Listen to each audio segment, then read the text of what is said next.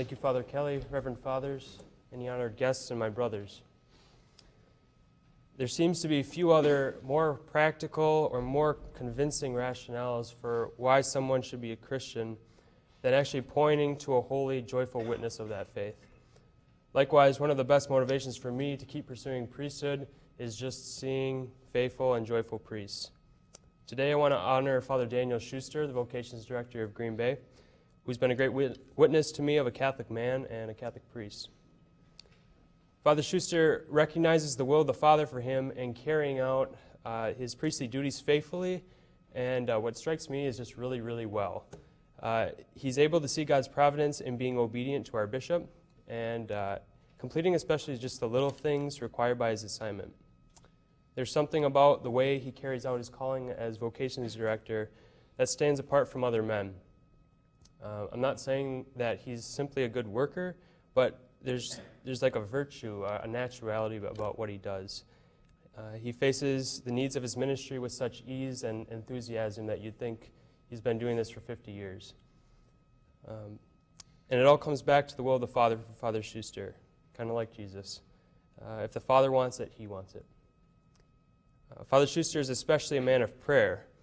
I've seen him many times in a contemplative gaze in the presence of the Eucharist. His language about Jesus in his life is the language of love.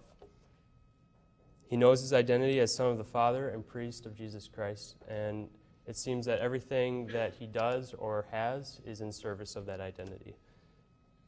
Another thing in Father Schuster that I really look up to is he has a very compassionate and sensitive heart that doesn't take away from his masculinity, but really characterizes it even more. So you guys know what I mean, like a real man's heart, one that's full of love and concern for his children, compassionate for them in their distress, i.e. me when I call him and complain about seminary. One that just keeps going every day for the sake of the kingdom. It's always for the sake of the kingdom of Father. One that's willing to make small, unseen sacrifices for those he serves. That's Father Schuster. And you know, he's still a man's man.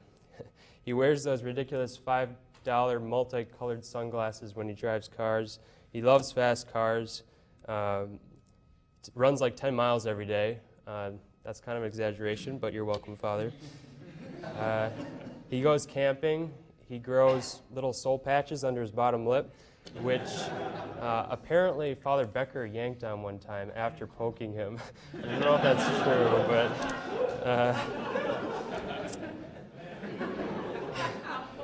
he's not afraid of conflict, nor does he run from it, and he smokes cigars, but not with us.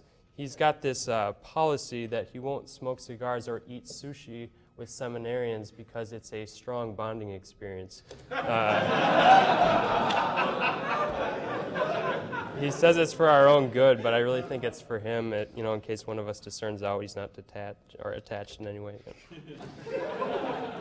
I could say a lot more about Father Schuster, but these have been the things that I really look up to in him.